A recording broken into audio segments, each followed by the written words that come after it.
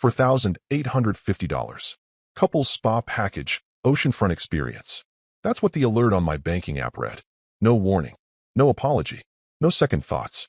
Just a quiet little bomb dropped on a Tuesday afternoon while I was sorting receipts and tracking mileage deductions in a spreadsheet that hadn't been touched since March. I didn't react. Not at first. I just stared at the number, then the note attached to the charge. Couples spa package, oceanfront experience. Couples. Not solo. Not girls trip. Not networking retreat, as she called it when she left 3 nights ago in that blue silk blouse she never wears around me anymore. And right on cue, like a script written in hell, her text came through 5 minutes later. Miami is amazing. Wish you were here. Winking face. Wish I was there. I am. At least financially. Every damn charge on the joint account since she landed has had my name co-signed in digital blood. The flight. The penthouse. The overpriced ceviche. And now this, a spa day for 2, billed to the man sitting home eating leftover chili and balancing tax forms. I typed one sentence. Glad you're enjoying the hotel. My lawyer has the receipt. Then I hit send. Quietly. No anger. No dramatic follow-up. Just a single truth. Enough to turn a sunny day in Miami into a Category 5 silence. I closed the laptop. The room was dead quiet except for the slow hum of the radiator behind me and the soft thunk of the dishwasher switching cycles. I walked to the filing cabinet, opened the 3rd drawer, and pulled out a manila folder I hadn't touched in over a year. On the label, handwritten in my blocky, methodical print, Clause 14, Corporate Conduct. 3 years ago, I helped her proofread the company's revised ethics manual. I'd been a contracts consultant in a past life, the kind of guy who got paid to find the loopholes everyone else missed. She hated how long I took with it. Said I sucked the fun out of everything. I told her that was kind of the point of compliance. Back then, she joked about one specific section I added, a clause about romantic entanglements during corporate-sponsored travel. Something about termination if expenses were involved. You're such a buzzkill, she'd said, laughing, sipping wine at our kitchen island. Maybe, I replied. But this buzzkill just saved your company from a future harassment lawsuit. She rolled her eyes. I remember the way she winked after, like none of it mattered. But now it does. Because now her hand is on the grenade she thought I'd never pull the pin on. And before we go deeper, I just want to say something real quick. If you're still here listening to this, and more than 90% of you won't be subscribed, just tap that button.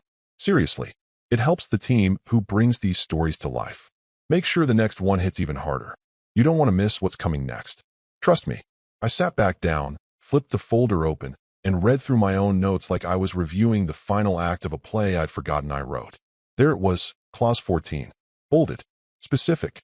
Ironclad. If 2 employees engaged in a romantic relationship during company-funded travel, and any shared expenses were billed to the company or its affiliates, it triggered an automatic ethics investigation. Immediate grounds for dismissal pending board review. That clause was the fuse. And I had the lighter. The final proof wasn't even the spa charge. It was the Instagram photo her work husband posted yesterday, tucked under the radar. Not on his main feed. He's not that stupid, but buried in a private story some clients still had access to. A mutual acquaintance sent it to me with no caption. Just the photo. Her feet in his lap. Him holding a glass of champagne. A sunset over water in the background. The same spa resort she just charged me for. Her bare feet. His hand. My credit card. So I called someone I hadn't spoken to in years, Colin Weaver. He used to be one of the sharpest compliance attorneys in the state. Now he's chief compliance officer at her boyfriend's firm.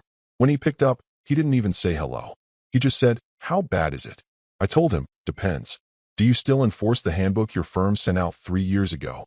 He paused, then said, Clause 14. Exactly. There was a long silence. Then he exhaled and said, "Send me everything." I did. Receipts. The screenshot of the resort charge. The photo. The ethics clause. The internal company document she once laughed about over Pinot Noir. When I was done, Colin said just 5 words. "I'll take it from here." She thought it was a vacation, but she booked herself a hearing. She posted a boomerang from the pool bar at exactly 1:43 p.m. Strawberry daiquiri in hand, oversized sunglasses, legs crossed like she thought she was on a yacht in St. Tropez. The caption read, "My kind of board meeting, smiling face with sunglasses son." Cute. I was in a glass-walled office 20 stories up, sitting across from a man I hadn't seen in nearly a decade. Colin Weaver, back then, We were two overworked federal compliance analysts buried in red tape and whispered scandals. Now, he wore a fitted Navy suit that probably cost more than our first car, his nameplate gleaming under the title, Chief Compliance Officer. I slid the folder across the polished table. No pleasantries, no smiles, just the manila edge bumping into his espresso saucer like a slow drumbeat. He opened it. Read the first page, then the second. By the time he got to the photo, the one from that client dinner where her hand was in her work husband's lap under the tablecloth, his jaw flexed. You learn to watch those things in meetings like this. The little betrayals the body gives away before the mouth even opens. He looked up. You're not filing this with HR? I shook my head. No, you are. There was a pause, long enough for the air conditioner to hum through the silence like a warning. Does she know you brought this to me? No. She still thinks I'm home doing taxes. Another pause. I'm assuming you want it handled quietly. Not exactly. I leaned back in the chair, crossed one ankle over my knee. I want it handled effectively. If quiet gets us there, great. If not, I tilted my head slightly. I'm comfortable with noise. Colin rubbed his temple, then reached for the pen beside his monitor. He didn't ask why I was doing this. Didn't ask if I was sure. Men like him, like us, we don't need the why. The why is written in the $4,850 receipt, the time-stamped Instagram photo, and the clause she co-authored and forgot existed. He started jotting notes. The spa package alone would justify an audit under internal finance policy. Add the relationship, the photos, the hotel charge, and the fact that she's on a work trip with someone junior to her? Jesus. I stayed quiet. He flipped another page, the one where I'd annotated her direct edits to clause 14. Her own handwriting, in red, underlined. Feels a little harsh. Should we soften this? Next to it, my old response. Harsh is the point. Clarity protects everyone. I didn't smile, but I felt something twist, not satisfaction, not yet, something colder. The weight of inevitability, maybe, or the kind of balance only a ledger can deliver. Colin sighed. You want to tank the guy too? She's not the only one billing time under false pretenses. He used a company card for that suite. I checked the statement. Colin looked at me for a long time, then said, they're going to regret ever putting you in the same spreadsheet as just a husband. He was right. They didn't know who I was. Not really. To them, I was the guy who made coffee, who reminded her to pack Advil before a flight, who edited her PowerPoint decks while she networked at cocktail hours. I was the silent one, the steady one, the one who, in her words, was never really ambitious, but a good partner. Let them keep thinking that. She was still posting from the cabana when Colin emailed the internal audit request to their COO. Blind copy to legal. Subject line, urgent review, ethics policy violation, corporate retreat. The wheels were turning. Quietly, yes, but fast. Much faster than she would ever see coming. Somewhere between her poolside mimosa and the next bikini boomerang, her boyfriend's company had just opened an investigation into misuse of funds, potential breach of policy, and violations of a clause she helped write. And while she laughed under palm trees with someone else's hand on her thigh, I was back in my car, engine idling, sunglasses on. I didn't need to yell. I didn't need to beg. I just had to let the paper do the talking. I still remember the night she slid that draft across our kitchen table like it was some kind of peace offering. She had that sheepish look she used when she wanted something from me. Glass of wine in one hand, bare feet tucked under her like a teenager asking for the car keys. Babe, she said, can you take a look at this? They need a final read-through before the offsite next week, and honestly, I'm drowning. You're so good at this stuff. The document was a draft version of the company's updated code of conduct. Thick with boilerplate jargon, riddled with inconsistencies, clauses that contradicted each other in the same paragraph. It was amateur hour. I didn't say that, of course. I just read it. Redline the parts that made no legal sense, tighten the phrasing where it sagged, and, somewhere around page 12, added a clause. It wasn't vengeful. Not then. It was procedural. Sensible. She and her colleagues were going on a corporate retreat where alcohol would flow, hierarchies would blur, and the potential for career-ending mistakes would be as high as the hotel minibar tab. So I wrote, romantic involvement between employees during corporate-sponsored travel will result in immediate review for termination, especially where expense abuse is evident. I showed her the note. She read it aloud, laughing. God, you're such a lawyer. Can't we have any fun? You can have fun, I said. Just not at your company's expense. Or mine. She rolled her eyes. No one's sleeping with anyone. This isn't Mad Men. I didn't argue. Just smiled. Highlighted it in yellow. Saved the file. She hit send.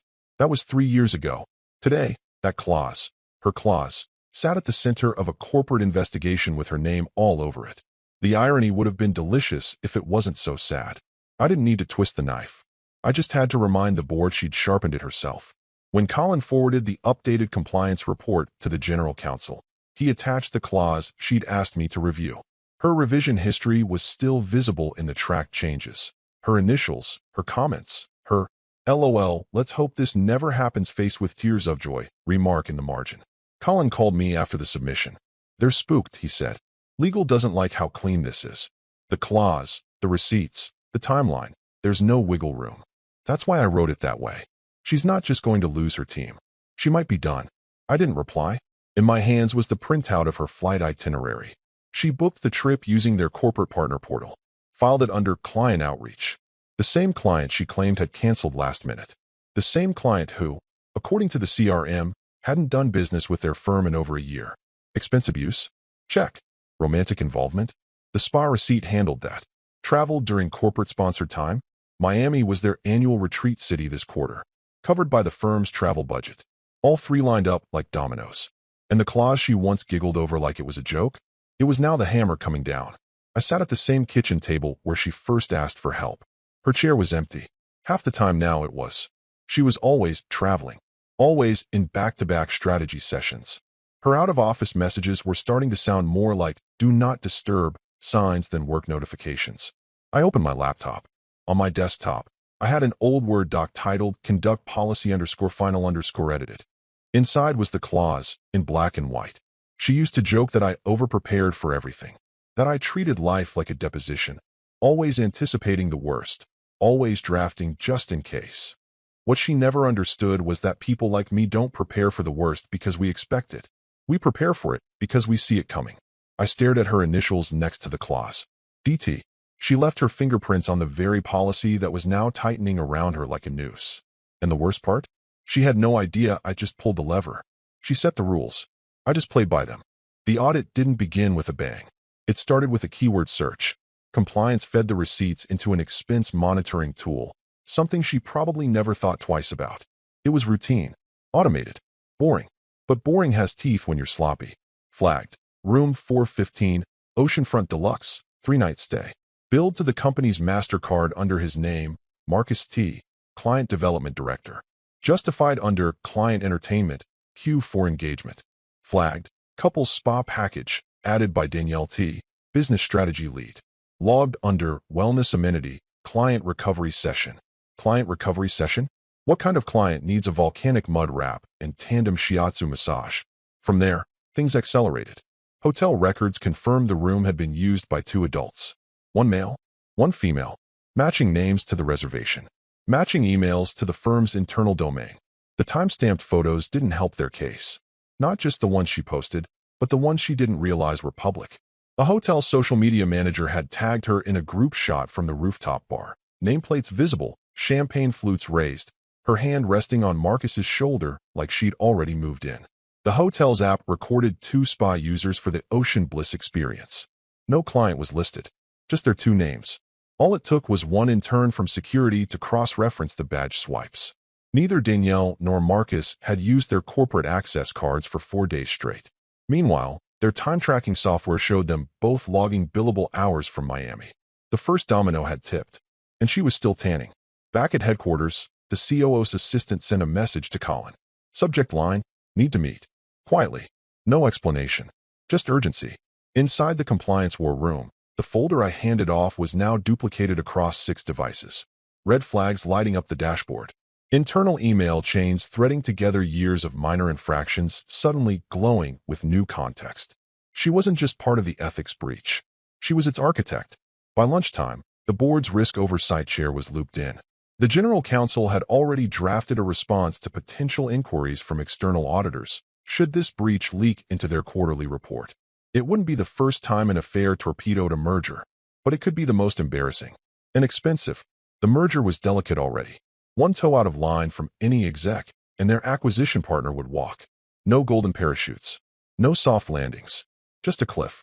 Someone sent a screenshot of her board meeting Instagram post into the internal Slack channel. No comment, just the image. Legs outstretched, drink in hand. Caption, living my best life, face blowing a kiss. That was all it took for the whispers to begin. In the kitchen, by the elevators, outside the glass conference room where she once led quarterly briefings in that same navy blazer she always said made her look like she owned the place. Except now, the building was quietly closing in on her. Legal pinged the CTO for device history, who had accessed what files, when, from what IP. Her work laptop was geotagged in Miami Beach while she submitted a client compliance form digitally signed on site. Meanwhile, Marcus? His expense report listed the trip under New Account Prospecting, Q4. They both knew the rules. They both knew the optics. But they thought they were above the audit trail. That when you post just the right filter, when you file the right vague justification, when your performance reviews are strong enough, people stop asking questions. They don't. They just ask them quietly. The COO left her a voicemail that afternoon. Calm. Measured. We'll need to sync on your Miami deliverables. I'll send an Outlook invite. Please be ready to walk through the itemized expenses. Just you. She didn't reply for 5 hours. When she finally did, her tone was still casual. Sure thing. We'll loop Marcus in. The response back was instant. No need. Just you. That's when the first hairline fracture formed. She might have shrugged it off. Might have told herself it was procedural. But something in that tone. Just you. She reread it twice, then put her phone down slowly. Confidence cracked. The whisper of a question stirred in her chest. And somewhere, back at HQ, Colin closed the latest tab on her travel log and muttered to no one in particular. She doesn't know it yet, but she's already done. The CEO's office was a glass box perched above the skyline, soundproofed, but not shielded from pressure. By the time the compliance report landed on his desk, the tone in the building had shifted. Not panicked yet, but tight, controlled, like the first moments before a controlled demolition. He flipped through the documents with the kind of detached precision only C-suite veterans learn. Spa receipts, hotel charges, screenshots of social posts, a clause from the ethics manual, highlighted, annotated, signed. The names on the forms matched. Marcus T., Danielle T., the couple that wasn't supposed to be. He set the file down, steepled his fingers, then asked, without looking up, "Who's this guy?" Colin, seated quietly at the far end of the room, didn't pretend not to know who he meant. The man who sent the legal memo. The one who flagged the compliance breach. Who is he? Colin cleared his throat. Name's Alex Carr. HR. No. The CEO looked up. External counsel? No. Not anymore. He's not on retainer. Then why the hell is he writing like he knows our code better than we do? Colin opened a different folder, pulled out a page. He used to be a federal contract negotiator. Defense procurement. Oversight audits. The kind of guy who didn't lose. Ever. The CEO leaned back. Why do I feel a but coming? Colin slid the next page forward. A short resume, clipped, old but still sharp. He advised 3 of our partners on high-risk M&A deals. Non-public. He ghostwrote half the compliance clauses we use now. The man's a scalpel. Silence stretched. And, the CEO said, voice lower. Colin exhaled. And he's her husband. The room went dead quiet. Not awkward. Not surprised. Cold. Calculating. The kind of silence that usually comes before a boardroom purge. The CEO leaned forward, slowly. She's the strategist on the merger. Correct. He's the one who wrote the clause she violated? Yes. The CEO stared at the name again, as if expecting it to change. He picked up the phone. Hit a single button. Get legal in here. And I want a direct number for Alex Carr. Call him. Immediately. He hung up before she even answered. Across the building, in a very different office, she was still smiling through phone calls, rerouting questions, pretending everything was fine. She thought she could pivot. Thought she could talk her way through it, smooth it over with charm and corporate lingo. She didn't know that upstairs, a storm was forming with her name on it. And the man controlling it wasn't ranting, wasn't begging. He was the firewall, the one she used to call overly cautious, the one she mocked for his color-coded folders, the one she told her friends was too good at being invisible. What she never understood was, invisibility isn't weakness. It's strategy. While she flirted her way through another cocktail hour, her boyfriend CO was learning that the man she betrayed wasn't just some jilted spouse with a bruised ego. He was the author of the code, the ghost in the system. And now, he was awake. The call went through 5 minutes later. I was sitting in my car outside the notary's office, documents in a folder beside me. when my phone buzzed with an unknown number. New York area code. No voicemail. Just a second ring. I picked up. A man's voice, sharp and controlled. Mr. Carr? Yes. This is Everett Langford, CEO of Orion Corporate. I believe we need to speak. I didn't say anything. He continued. I've reviewed the documents. And your annotations. You've been very thorough. I tend to be. He hesitated. May I ask what your endgame is here? I looked out the window. A bird perched on the power line. Watching. Silent. My endgame. I said. I don't play games, Mr. Langford. I write rules. Your firm just violated one with both hands. A pause. Then, more carefully, I'd like to meet. Personally. I'm open to that, I said. As long as she's not in the room. He exhaled slowly, as if he'd been holding his breath. Understood. When the call ended, I didn't feel relief. I felt precision, like the final turn of a wrench. She thought I was just her husband. Turns out, I'm the reason she doesn't have a job yet. She woke up to sunlight pouring through gauzy curtains and the faint scent of sea salt drifting through the balcony door. Miami was still humming, still pretending everything was perfect. The hotel room was quiet except for the soft whir of the ceiling fan and the low bass line of a playlist someone must have left running overnight. Danielle stretched, smiled, reached for her phone. 12 missed calls, all from internal extensions. Her heart stuttered. She blinked hard, sat up straighter in bed, and scrolled. Coup. General counsel. HR. Even her assistant, who never called after 6 p.m., much less on a weekend. Her fingers moved before her brain could catch up, unlocking the screen, pulling up Outlook, Slack, Teams. Messages everywhere. Urgent. Q4 travel review. Need to sync before Monday. Call me. Now. She swallowed hard. Open the last one. There's been a review initiated. Need clarification on your Miami itinerary ASAP. A cold flush crawled up her spine. She stood up too quickly, the bedsheet catching around her ankles, nearly tripping her. She looked around the room. Marcus was gone. His suitcase was zipped shut near the door. The only thing left on the nightstand was a folded receipt from the spa. Her name on it. Not his. The phone buzzed again. Unknown number. She hesitated, then answered. Danielle speaking. A pause. Then a low, clipped voice. This is Everett Langford. She froze. Marcus's CEO. I'm sorry, I wasn't expecting. I'm calling because your name came up during a legal and compliance review, he said, cutting through her preamble like a blade. She blinked. Is this about the spa? It was just. You need to talk to your husband. She sat down hard on the edge of the bed. What does he have to do with this? Langford exhaled. It was the sound of someone too tired to waste time pretending anymore. He sent us the receipts, Danielle. Her mouth opened, but nothing came out. He also sent us the policy document from 3 years ago, the one you co-authored. Her stomach dropped. Her vision tunneled for a moment, the edges of the room going soft. She gripped the phone harder. That clause wasn't meant for this. I mean, technically, the client canceled and he sent us a time-stamped photo, your expense logs, and a digital edit history showing your initials approving the very clause you violated. I didn't. This wasn't. Marcus and I. Don't lie to me.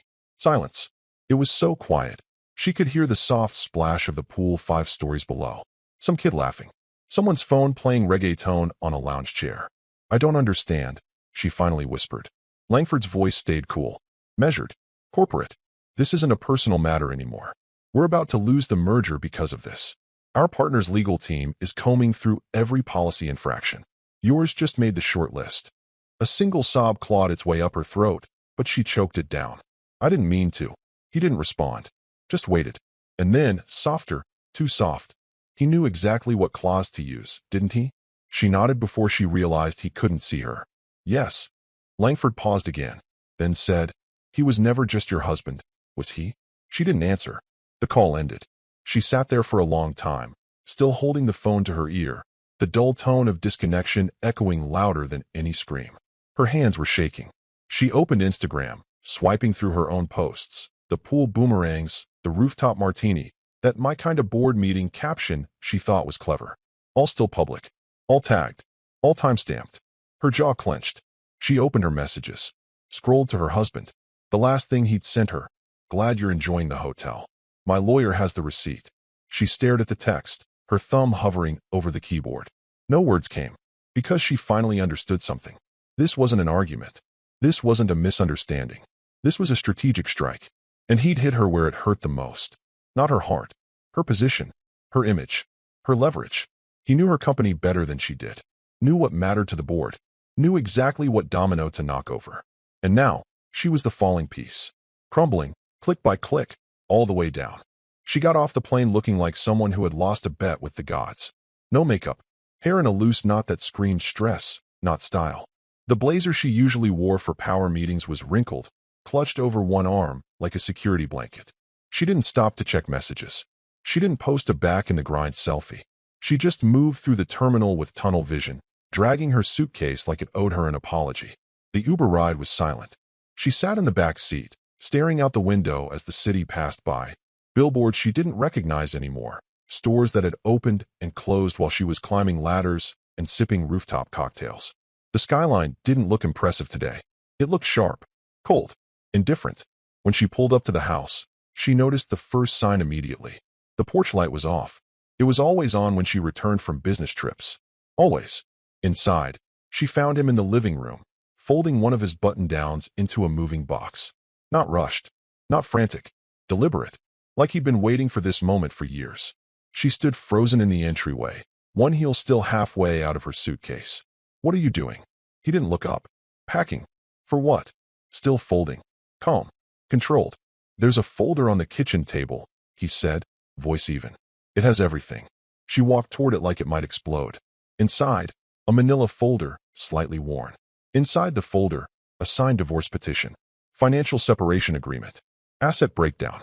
A detailed timeline of violations submitted to her company's legal department. Photocopies. Screenshots. Receipts. Even a letter from a corporate ethics attorney referencing Clause 14. She flipped through it, each page hitting harder than the last. No, this isn't. This can't just. Alex, please. He didn't turn around. Just slid another pair of socks into a box. You're not serious. You can't just throw everything away like this. She was crying now, the way people cry when they're finally aware the audience has left.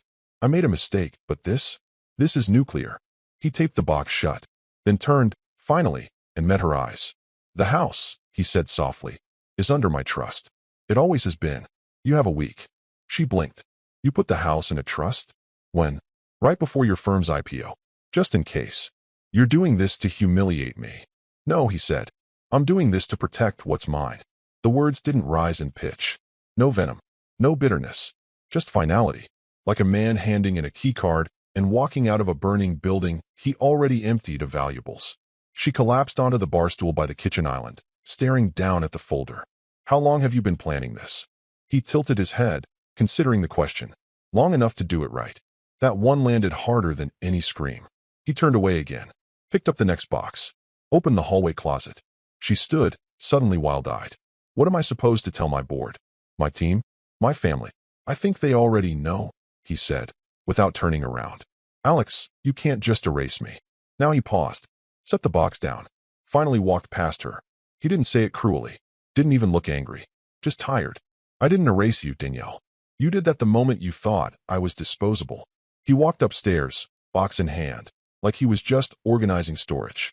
And behind him, the door to the future she'd built on borrowed confidence, quietly closed. The fallout didn't explode, it bled. Quietly, methodically. The kind of damage that didn't light fires but instead soaked into the foundation, weakening everything it touched until the structure simply collapsed under its own weight. By the time Danielle made it into the office on Monday morning, the glass walls that once made her feel important now felt like interrogation chambers. She stepped off the elevator, heels clicking a little too loud, trying to mimic confidence she no longer had. People didn't meet her eyes. They looked past her, through her. Her badge still worked, but just barely. By 10:04 a.m., she received her first meeting retraction. Strategy brief, canceled by organizer. Then another. Q4 forecast call. You've been removed from this invite. By noon, the tone shifted from silence to clinical detachment. Compliance sent her an official notification. Pending internal review, you have been temporarily reassigned to special projects. Effective immediately. No explanation. No courtesy. No warmth. Just exile, neatly formatted in 12-point calibri. Marcus, her so-called work husband, didn't even show up. HR had called him in early. One look at the flagged expense reports, the overlapping travel logs, and the internal Slack messages with emojis they thought disappeared. and he was suspended before lunch. Pending investigation. No warning. No discussion. Just hand in your badge. By 2 p.m., the board called an emergency session. The conference room lights stayed on all afternoon. Glass walls frosted over. Executives pacing inside, faces tight, arms folded, laptops glowing like verdict machines. Someone leaked the clause. Clause 14. Her clause. The one she laughed about years ago over a glass of Cabernet while sitting cross-legged on her husband's lap, joking that rules are made to be bent. Turns out, bent rules snap under pressure. The merger, the firm's golden goose, was officially declared on pause, which, in corporate terms, meant dead. The partner company pulled out, citing leadership instability and policy enforcement inconsistencies. Legal tried to spin it. PR prepped a holding statement. But internally, everyone knew exactly whose name was under the microscope. Hers. Her direct reports were reassigned. Her inbox was frozen. Her team's access downgraded. She wasn't even informed directly. Her assistant texted her from a burner phone. Just got moved to BizOps. I'm sorry, that stung. But the silence from her mentor? That cut. She called. No answer. Texted. No reply. Even her longest tenured ally, the man who once told the CFO, Danielle is the future, went radio silent. That was the real punishment. Not the reassignment. Not the investigations. Not even the bruised merger. It was the slow, clinical erasure of who she'd been. Once, she was the star. Now, she was radioactive. The only calls she received were from HR. The kind where they say things like, "You're not being punished. We just need to maintain internal neutrality." As if being exiled to special projects wasn't punishment.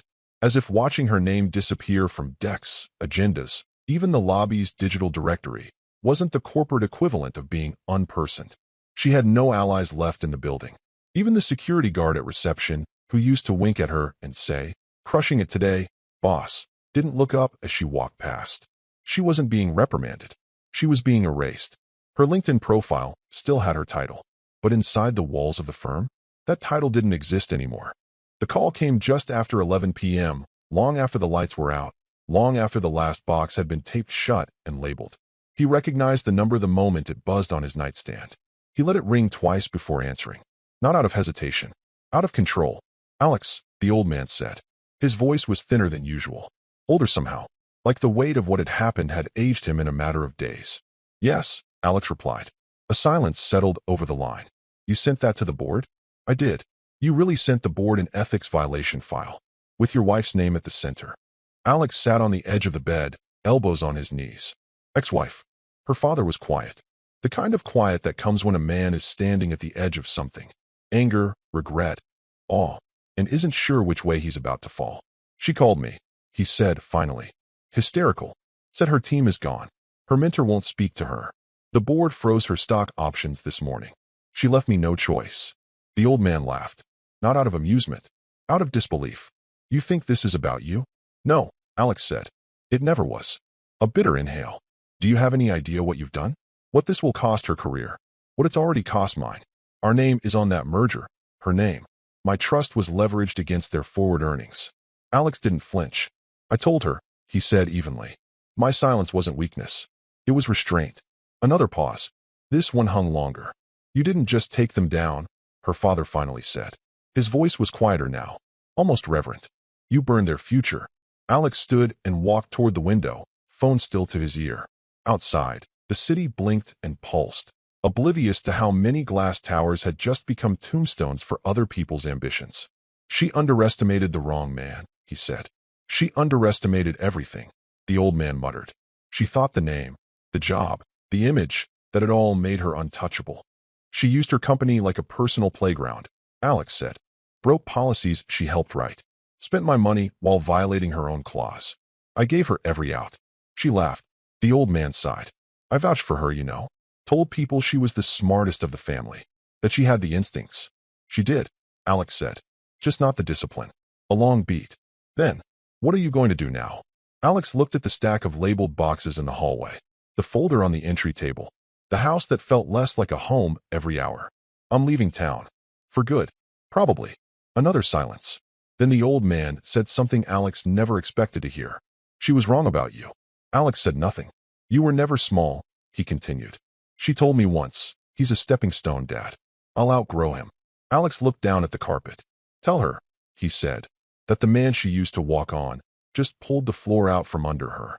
The old man exhaled, slow and resigned. And then, softer. I should have seen this coming. You did, Alex said. You just didn't want to believe it. The line went quiet. And in that silence, something shifted, not between two men, but inside the story she used to control. Her father wasn't defending her anymore. He was reckoning with her, with what she'd become.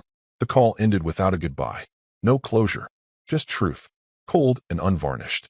Alex placed the phone down, not on the nightstand, but into a small moving box marked documents. The ripples had reached her last line of protection, and they weren't stopping. The air in the lobby was too clean, overly conditioned, sterile, like the silence after a eulogy. Danielle stepped through the revolving door that Monday morning, trying to project something like composure. Her hair was pulled into a top bun, black slacks, tailored blazer, muted heels, armor. She knew the rumors had spread. She knew about the reassignment, the compliance review, the missed calls. But this building was her kingdom. She built half the processes that ran it. They didn't get to just exile her. Not without a fight. Then she saw the screen. Mounted above the reception desk, just beneath the firm's bronze seal, the LED ticker that usually showed stock prices and motivational buzzwords now displayed 3 words, pulsing in icy blue. Merger terminated. She froze. Her bag slid slightly off her shoulder. A second passed. Then a third. The security guard, David, someone she'd known since her first promotion, stepped forward. Morning, Miss Tate. She blinked. Hi, David. I'll need a guest pass. My badge isn't. He held up a hand. Gently. I've been asked not to let you upstairs. Her stomach dropped. What? There's something for you, he said, reaching behind the desk. A single envelope.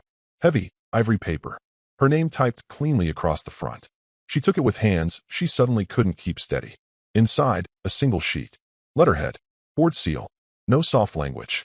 Termination of employment. Effective immediately. For cause. It listed policy violations, breach of conduct, misuse of corporate resources, failure to disclose relationships in a supervisory dynamic, and Clause 14 of the company code, underlined. Her own clause. She stared at it. She didn't cry, didn't speak. She just looked up, slowly, trying to swallow the lump in her throat. That's when she saw him. Marcus. Her work husband. Her partner in rooftop drinks and sly glances and all the stupid inside jokes she thought made her clever. He was sitting in the lobby corner, head in his hands, suit disheveled, tie loose. His duffel bag at his feet. Not fired yet, but close. Just waiting for the axe to swing. He didn't look at her. Couldn't. She stepped back instinctively, like she could still fade into the walls, undo the spiral. And that's when the elevator doors opened. A man stepped out. Not fast. Not smug. Just measured. Gray suit. Briefcase in hand. Alex. Her ex-husband. He didn't flinch. Didn't slow. Just walked toward the exit with the quiet poise of a man who had already won. Her mouth opened, but nothing came out. He passed the security desk, looked at David, then gave a small, respectful nod. Thank you. Then walked out without breaking stride. He never even looked at her. Not once. She stood there, silent, the letter trembling in her hand. And that was it. No explosion. No courtroom. No grand finale. Just a silent freeze. The kind that sets in after the warmth's been quietly drained for months, years, and you only realize it when you're standing alone, breath fogging in a room that used to feel like power. Now, it felt like exile. And the man she used to mock for being too quiet, too careful, too boring, he walked away colder than ice, with nothing left to say.